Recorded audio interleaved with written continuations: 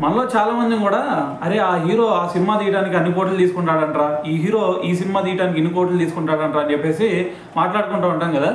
అయితే మరి ఒక్కసారి కనుక మనం ఆ మూవీ షూటింగ్ లొకేషన్ కనుక వెళ్ళామంటే అరే ఈ హీరో అసలు ఇన్ని కోట్లు తీసుకోవడంలో తప్పే లేదురా అని చెప్పి ఖచ్చితంగా అంటారు. ఎందుకంటే వాళ్ళ సిచ్యువేషన్ అలా ఉండిద్ది, వాళ్ళు చేసే కష్టం ఆ రకంగా ఉండిద్ది అనమాట. అయితే మరి రీసెంట్గా మనకి అటువంటి సినారియోనే ఒకటి జరిగింది. అదేంటంటే మనకి బాలీవుడ్ బాద్షా అని పిలుచుకునే షారుఖ్ ఖాన్ గారికి కూడా ఆయన ఇప్పుడు కింగ్ మూవీ తెస్తా ఉన్నాడు అనమాట. సో దాంట్లో స్టంట్స్ చేయాల్సి వచ్చింది. మరి స్టంట్స్ చేసే టైంలో అతనికి ఇంజురీస్ కూడా అయినాయి అనమాట. సో ఇంజురీ అని చెప్పేసి ఆయన యూఎస్ఏ వెళ్ళారు.